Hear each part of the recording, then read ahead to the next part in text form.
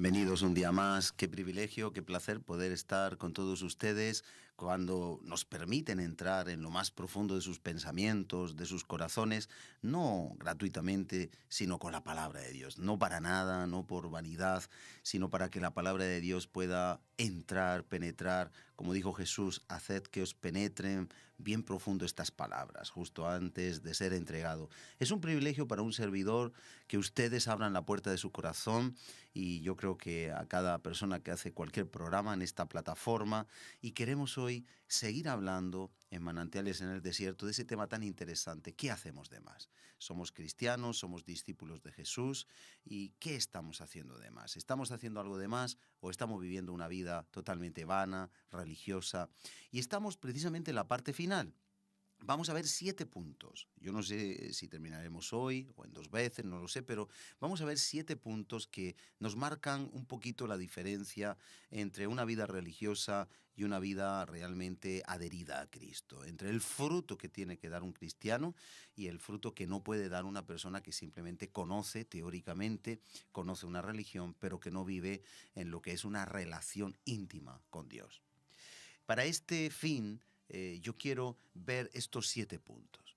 Porque ya decíamos la semana pasada, si usted recuerda, estuvimos analizando que esto no se puede lograr en la carne. Hablábamos de Romanos 8, en la carne no podemos lograr ciertas cosas porque nuestra carne, por mucho que quiera, no puede ni va a conseguir agradar a Dios. Pero poniendo la mente en las cosas del Espíritu sí podemos lograrlo. Eso ya lo dijimos anteriormente. Por eso estos 7 puntos tampoco deben de frustrarle si usted no puede vivirlos, por cuanto es algo que en un proceso se va a dar. La vida del Espíritu, como dice en Gálatas 5, es una vida de fruto. Dice, las obras de la carne se manifiestan, son manifiestas, y hay un listado de obras de la carne, usted conoce. Pero luego dice, más el fruto del Espíritu, y ahí es donde el fruto hay que plantar la semilla, hay que regarla, hay que abonarla, hay que dejar que crezca, hay que podar, y todo eso tiene unos elementos que quizá un día nos introduzcamos un poquito en ver, analizar uno a uno. Esos elementos para que llegue un fruto, esas actuaciones, esas actividades, ese trabajo, esa laboriosidad, dan como resultado que un día podamos tener el fruto. Y el fruto ni siquiera se puede comer cuando está verde. Un fruto verde nos daña, pero realmente cuando hay un fruto maduro, en su punto justo, es cuando aporta los nutrientes, las vitaminas y todo cuanto necesitamos. De modo que solo en el espíritu y en un proceso, usted y yo vamos a conseguir esto, pero debe de ser nuestra meta, nuestro reto, nuestro deseo. Y tampoco es algo que haya que pasar muchos años, puesto que Dios ha insertado el Espíritu Santo en nosotros para poder dar este precioso fruto. Vamos con el punto número 1, que fue como empezamos precisamente cuando hablábamos ya después de las obras de la carne, las obras nuestras, nuestros sacrificios que nunca van a pagar la salvación, nunca nos van a hacer meritorios de nada. Pues vamos a Mateo 5. Mateo 5 nos habla la palabra de Dios, y específicamente Jesús, del versículo 38 al 48. Y sé que lo leímos en otra ocasión, pero considero de vital importancia en esta mañana, en este día, otra vez traerlo a colación. Mire usted, cómo Jesús habla.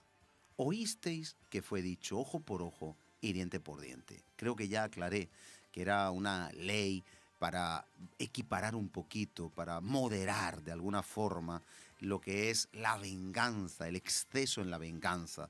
Lo que acontecía es que cuando alguien a lo mejor robaba, pues a lo mejor le querían apedrear. Entonces, ojo por ojo, diente por diente, es, si tú has robado, pues vamos a equiparar, vamos a poner una falta similar, una pena similar a la falta que tú has cometido. Y entonces dice el 39, pero yo os digo, y ahí está Jesús ministrando a su manera, no resistáis al que es malo. Antes, a cualquiera que te hiera en la mejilla derecha, vuélvele también la otra. Mire usted, ahora no nos está diciendo actuemos carnalmente, vamos a hacer algo carnal, vamos a actuar de una manera indebida. No. Ahora nos está diciendo, mira, olvida la carne, olvida pagar bien por bien o mal por mal. Ahora vais a pagar bien por mal. Y como dijimos, pagar mal por mal es humano y bien por bien es humano. A alguien le hacen un bien, usted hace un bien. A alguien le hacen un mal y usted hace un mal. Pagar mal por bien, mire usted, le contratan y usted va contra su jefe. Cuando alguien paga mal por bien, cuando alguien le abre la puerta de la casa a un indigente y la persona entra y roba, eso es diabólico. Solo el diablo puede actuar de esa manera tan terrible. Eso no es algo que Dios vaya a aprobar jamás. Pero pagar, mire bien, pagar bien por mal, solo Dios y los que tienen el Espíritu de Dios pueden hacerlo. Y en ese punto de pagar bien por mal es donde nos encontramos. Jesús está explicando, si alguien nos da en la mejilla derecha, olvídalo. ¿Te dio un golpe? No lo digas. Quédate ese golpe y sigue con la izquierda. No importa, dale otra oportunidad. Dios es un Dios de oportunidades. Y todo se basa en que Él lo hizo previamente con nosotros. Quizá nosotros en la carne podemos rivalizar, contender, polemizar, pero piense usted algo. Dios en la cruz estaba pidiendo por los agresores, diciendo, Padre, perdónalos, porque no saben lo que hacen. Y es el ejemplo a seguir por usted y por mí. Yo sé que es duro, en la carne es imposible. Alguien podría decir, no, es que no puedo. Pero sí podemos. ¿Cómo que no podemos? Si tenemos el Espíritu de Dios, tenemos el Espíritu Santo. Él nos ha escogido para tal fin. Él nos ha precisamente destinado, nos ha puesto en esa misión. De modo que, como nos dice aquí la palabra, el que te hiera la mejilla derecha, vuélvele también la otra. Y al que quiera ponerte a pleito y quitarte la túnica, déjale también la capa. En otras palabras, evitemos el conflicto, evitemos la controversia. Obviamente estamos hablando en relaciones humanas. Luego hay órdenes. En la familia hay un orden. Los hijos no se pueden poner en contra de los padres. En la iglesia hay un orden. No se puede atacar contra autoridad. Pero estamos centrando en las relaciones interpersonales. Alguien va a tener un conflicto, una contienda, evítalo. En la medida de que sea posible, obviamente. Hay casos de personas que han llegado a atropellar en un acto de ira, de descontrol. Hay cosas nefastas que han pasado, incluso a pastores, ¿no? Que les han atropellado y les han violentado. Pero esa no es precisamente la visión, es la contraria. Es que, como dice el versículo 41, cualquiera que te obligue a llevar carga por 1 milla, ve con él 2. A veces nos ponen cargas pesadas, nos ponen cargas que son difíciles de llevar. La situación, las circunstancias, el mismo Dios que es soberano, que muchos olvidamos, o algunos olvidan, y podemos caer todos en el error de que algo acontece y cómo Dios lo ha permitido. Mire usted, la maldad viene como consecuencia del mal proceder y de la desobediencia y por tanto pecado del ser humano. Pero realmente son consecuencias. Pero Dios está al control y usa todo para bien. Dios usó todo lo que aconteció en la vida de José, todas las injusticias de José, para procesarlo, prepararlo para un día ser el Salvador de su pueblo, del pueblo hebreo, del pueblo descendiente de Abraham, y que un día iba a ser el pueblo de Israel al día de hoy. Y por lo tanto, también los descendientes de la fe por parte de Abraham, usted y yo. Pero todo estaba en el plan de Dios. Y a veces olvidamos su soberanía. ¿Qué nos pide Dios? Que amemos justicia, misericordia, verdad. Y aquí tenemos que centrarnos en que Dios permite cosas que pueden ser desagradables, sí, pero tenemos que hacer algo de más. Mire usted, llevamos muchísimos programas hablando de hacer de más de 10. Ahora es cuando tenemos que aplicar. Y es bueno revisar nuestro comportamiento. Es bueno revisar cómo estamos actuando. Es bueno preguntarnos qué haría Jesús. En una situación similar a la que usted esté viviendo, ¿qué haría Jesús? ¿Cómo actuaría Jesús? Es interesante, es importante y fundamental. Nos dice la palabra en esta misma línea. Oíste, versículo, el 42. Al que te pida, dale. Si tienes con qué darle, como dicen Proverbios, dale, no lo dejes para mañana. Y al que quiera tomar de ti prestado, no se lo rehúses. Muchas veces somos muy posesivos. Si algo podemos dar, prestar, obviamente la persona que lo toma debe de hacer un buen uso. No es la primera vez que hemos prestado algo y se nos ha desaparecido, se ha dado un mal uso. Es un riesgo que también corremos, con sabiduría, con un apercibimiento, pero no seamos egoístas. La iglesia de los Hechos compartía todo, tenía todo en común. 43. Oísteis que fue dicho, amarás a tu prójimo y aborrecerás a tu enemigo. Y quiero aquí parar. Fue dicho por los antiguos, en el antiguo pacto. Se establece así. Es algo natural, normal. Aborrecerás a tu enemigo. Pero fíjense que ya en el antiguo pacto David era un hombre que amaba a sus enemigos. En una ocasión envió un séquito real en representación del rey, de David, para dar el pésame porque había muerto uno de los reyes enemigos, pero que en su tiempo David estuvo en su ciudad. Y envió un séquito a dar el pésame. Y fíjese que tomaron como una afrenta que David lo enviara. Pensaron que eran espías y que iban a atacar. Y les cortaron la mitad de la barba, que era un acto de gran ofensa en aquella época. Pero David ni siquiera emprendió ninguna acción. David era un hombre del Antiguo Testamento con un corazón de Nuevo Testamento. David era el tipo de Cristo, la sombra, para que veamos que aún en el Antiguo Pacto habían personas con un corazón como el que nos revela aquí en Mateo 5. Él amaba a sus enemigos. Él lloraba cuando murió Absalón, los hijos que murieron cuando murió Amnón, cuando murieron los hijos que incluso se habían rebelado. Después, en el momento que Salomón iba a ser tomado por rey, otro de sus hijos se rebeló. Y antes de que Salomón fuera nombrado rey, pero él lloraba y perdonaba y tenía misericordia por sus hijos y por sus enemigos. Hijos que se habían levantado en contra y los amaba. Y eso no quería decir que iba a concederles cualquier cosa, pero los amaba. Usted y yo debemos de amar a nuestros enemigos, orar. ¿Sabe usted la liberación que hay cuando alguien ora por sus enemigos, deseando bien, bendiciendo? ¿Sabe usted lo que se desata del cielo para con uno o para con una cuando bendice de corazón, cuando desea el bien de aquellos que se levantan contra uno? Es el reto que Dios nos pone, y ya no por nosotros, sino por Él, porque la consecuencia es que Dios nos bendice.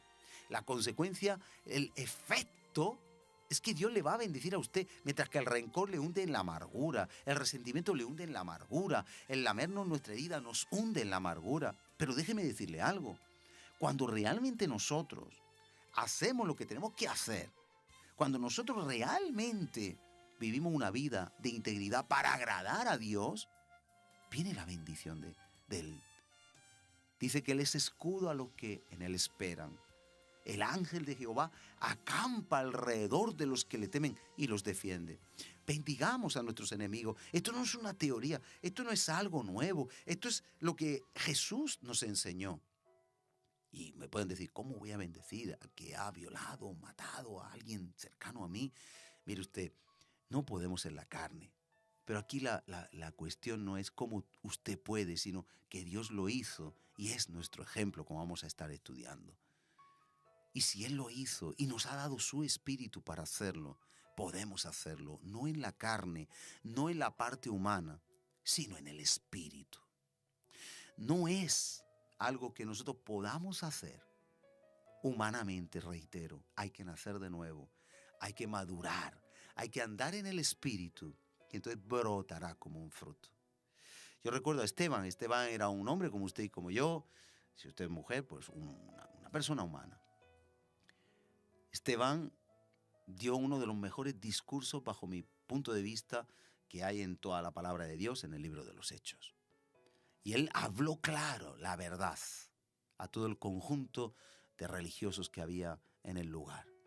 Ellos iban a matarle, pero él tuvo, en su corto tiempo de convertido al Señor, una actitud totalmente ejemplar y encomiable. Este siervo de Dios, cuando fue apedreado, estaban apedreándole, hizo cosas como las que Jesús.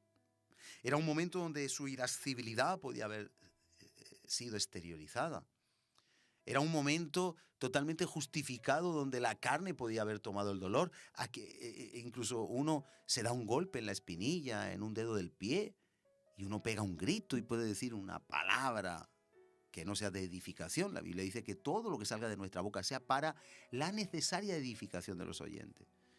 Bueno, pues Esteban, en un momento de apedreamiento, de homicidio, lo pueden llamar asesinato también, porque no podía defenderse.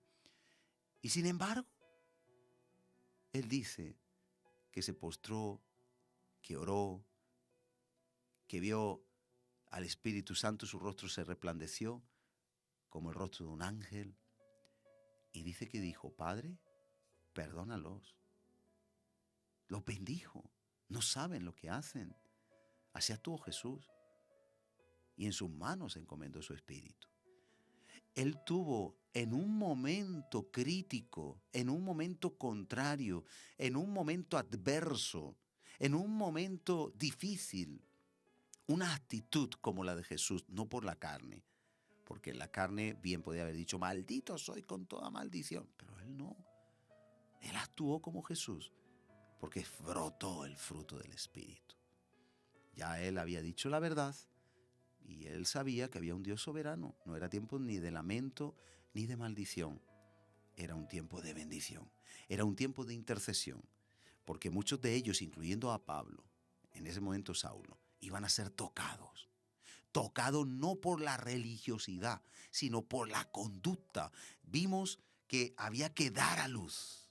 Vimos que trastornar el mundo era parir, dar a luz lo que hemos aprendido. Esteban es un ejemplo de parto. Él pare con dolor el fruto del Espíritu, porque él aprende. Y ahí vemos el ejemplo totalmente nítido y claro. Él aprendió y ahora estaba pariendo con dolor. El dolor de perder la vida, mire usted, no es nada fácil, pero estaba dando a luz, sacando afuera. ¿Recuerdan? Estos que han trastornado el mundo entero han venido ahora acá, lo vimos la semana pasada. Trastornar viene de anastató, que significa empujar fuera de casa. Significa de alguna manera que perturba, pero es empujar fuera, es sacar algo afuera, es de alguna forma parir, dar a luz. Así lo estaban haciendo y eso choca, es un impacto. Así debemos de ser usted y yo. De modo que, como estamos viendo, tenemos que amar a nuestros enemigos. No es una norma legalista, no es algo religioso. Usted y yo no podemos amar a nuestros enemigos porque sí. Usted no va a sentir. Es que la obediencia y el amor es un mandato, no es un sentimiento. Muchas veces no entendemos, incluso como cristianos, yo es que no siento perdonar, o es que no siento amar, o es que no siento humillarme, o es que no siento... No, perdóneme, es que no se trata de sentir. Es pura obediencia. Cuando hay humildad en nuestra vida, el Señor nos lleva a esos actos, a esos comportamientos. No es algo, nos hemos vuelto muy sensitivos. Mire, muchos de nosotros somos pentecostales, pero no pentecostalistas. El Espíritu Santo está en nosotros, en otros pues creen que actúa de una manera, otros menos. Todo es respetable, por supuesto, pero nosotros tenemos que ser coherentes, tenemos que ser cuerdos. Esto no se trata de una emoción. Pentecostal no es emocional, es simplemente creer que el Espíritu Santo puede obrar. Pero no se trata de ser almáticos y emocionales, ni mucho menos. Eso nos puede llevar al caos y a la locura. Eso nos puede llevar a violar la palabra de Dios. No se trata de un sentir, se trata de la palabra profética más segura en la que está escrita. De modo que Esteban actuó correctamente, no por una emoción ni un sentimiento, en obediencia. Usted y yo necesitamos entender a qué Dios nos llamó y entender qué armas nos ha dado. Nos ha dado las armas del Espíritu y con ellas podemos tener en ese proceso de crecimiento que dice Romanos 8 hasta alcanzar la estatura del varón perfecto, nos dice también en Corintios. Nosotros vamos creciendo como cuerpo, como iglesia, hasta con los dones, los ministerios, hasta alcanzar la estatura del varón perfecto. Hay un proceso, pero hay un destino. Y hay una meta, y hemos de desear con hambre, con deseo, con necesidad, imperiosa necesidad, el llegar a esa meta. Es una vocación a la que hemos sido llamados. Hemos sido llamados a ser sacerdotes, a mediar entre el pueblo, no convertido y convertido, y Dios. Hemos sido llamados a predicar las buenas nuevas de salvación. Quiero seguir para, por lo menos este punto sí, acabarlo. Amad a vuestros enemigos, bendecid a los que os maldicen. Si alguien habla mal de usted, bendígale. Hemos de bendecir, tenemos que bendecir a las personas. Nos dice, haced bien a los que os aborrecen y orad por los que os ultrajan, que os persiguen. Mire usted, esto es aparentemente imposible, pero no lo es. Esto es posible. Para Dios es posible. Lo que es imposible para la carne es posible para el Espíritu. Por eso nos dice, para que seáis hijos de vuestro Padre. Hijos de vuestro Padre. Si usted es hijo o hija de Dios, hay algo que podemos hacer. ¿Qué es? Repito, bendecir a los que nos maldicen, hacer el bien a los que nos aborrecen y orad por los que nos ultrajan y nos persiguen. Dice, seremos hijos de nuestro Padre que está en los cielos, que hace salir su sol sobre malos y buenos y que hace llover sobre justos e injustos. Porque si amáis a los que os aman, y estamos acabando, si amáis a los que os aman, ¿qué recompensa tendréis? ¿No hacen también lo mismo los publicanos? Somos muy dados a llevarnos bien con quien se lleva bien, pero nosotros tenemos un llamado universal. Nosotros tenemos un llamado al que está ebrio en la calle, borracho, drogadicto. Tenemos un llamado al que está violando. Tenemos un llamado para ofrecer la palabra al que está robando. Tenemos un llamado para el rico y para el pobre. No hay acepción de personas en cuanto a la salvación. Hemos de estar para todos. De modo que si amamos a los que nos aman, ¿qué recompensa vamos a tener? Eso no es hacer de más. La clave de este rema, ¿verdad? ¿No hacen también lo mismo los publicanos y los pecadores y los que no conocen a Dios? Hay personas, terroristas con terroristas, son súper amigos, amigables, se van de cena, se van de comida, se van de viaje, de entrenamiento y dan la vida el uno por el otro. Pero luego son capaces de quitar la vida a los demás. ¿No hacen eso los publicanos, amar a quien ama? Pero aquí nos dice otra cosa. ¿Qué recompensa tendréis? Y si saludáis, versículo 47, a vuestros hermanos solamente o a los que nos caen bien, ¿qué hacéis de más? Esa pregunta fue la inspiración de este desarrollo. ¿Qué hacéis de más? Para preguntarnos, ¿qué estoy haciendo de más? ¿Estoy poniendo la mejilla? ¿Estoy esperando en Dios? ¿Estoy yendo más allá? ¿Estoy yendo 2 millas en lugar de 1, como en su día vimos? ¿Estoy perdonando? ¿Estoy orando porque me persigue y me ultraja? ¿Estoy bendiciendo al que me maldice? ¿Estoy haciendo eso? ¿Qué hacéis de más? ¿No hacen también así los gentiles, los que no conocen al Señor? Y ahora nos da una instrucción el 48, y ahí acabamos hoy. Sed, pues, vosotros perfectos. Que no quiere decir que seamos perfectos. Dios es el único perfecto, pero sí, como Esteban, sí llegar al nivel de hacer de más, de obedecer. Sed vosotros perfectos, como vuestro Padre que está en los cielos es perfecto. O lo que es lo mismo, comportémonos como nuestro Padre nos ha enseñado, enviando a su Hijo. En Romanos 8 dice, un versículo precioso, dice que todos hemos sido llamados, predestinados desde antes de la fundación del mundo para llegar a ser semejantes al primogénito, al que es nuestro hermano mayor Jesús. Él nos dio la fuente de inspiración, Él nos dio el camino, Él nos dio todo. Sé que de esto hablamos ya en algunos de los programas anteriores, pero es el punto número 1 de las 7 cosas que debemos de entender, que no hacemos nada de más, pero hay que tener un plus. Vamos a orar, que esta semana sea una semana donde podamos vivir esta palabra.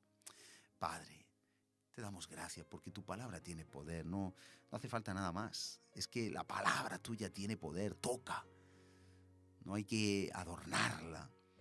La hemos explicado, desmenuzado, y ahora confiamos que así como la lluvia que cae del cielo, dice Isaías, riega la tierra y la hace germinar, y no vuelve vacía, sino que antes hace todo aquello para la cual tú la envías. Así entendemos que la palabra va a tocar nuestros corazones para llevarnos a hacer algo de más, y que vamos a superar metas, niveles, y que vamos a desarrollar potencialmente esta palabra con un fruto inaudito, así como Esteban, y que vamos a bendecir a quien nos maldice, y que vamos a orar por los que nos persiguen, y que vamos a poner la otra mejilla, y que vamos a saber esperar en tu voluntad, y que vamos a andar en el Espíritu, y vamos a andar no 2 millas, sino 4. Vamos a hacer todo para agradarte a ti. Solo por eso, para ser como nuestro Padre. Él es perfecto y queremos agradarlo. No es por una motivación insana ni por una motivación egoísta. Es simplemente en gratitud por lo que tú has hecho por nosotros. Yo bendecimos en el nombre de Jesús a cada persona que nos está escuchando, que ha podido sentirse identificada, para que venga un plus de poder en esta hora, para que tú puedas ayudarle y levantarle, confortar su corazón. Eres un Dios de oportunidades. Por eso hoy nos dices que seamos y que sigamos adelante como tú, perfectos como tú eres perfecto, con el poder de tu Espíritu Santo, no en la carne, sino en el Espíritu, en el nombre de Jesús. Amén. Esperamos que tenga usted una semana de victoria y podamos ser como nuestro Padre Celestial. Dios le bendiga hasta la próxima semana en el nombre de Jesús.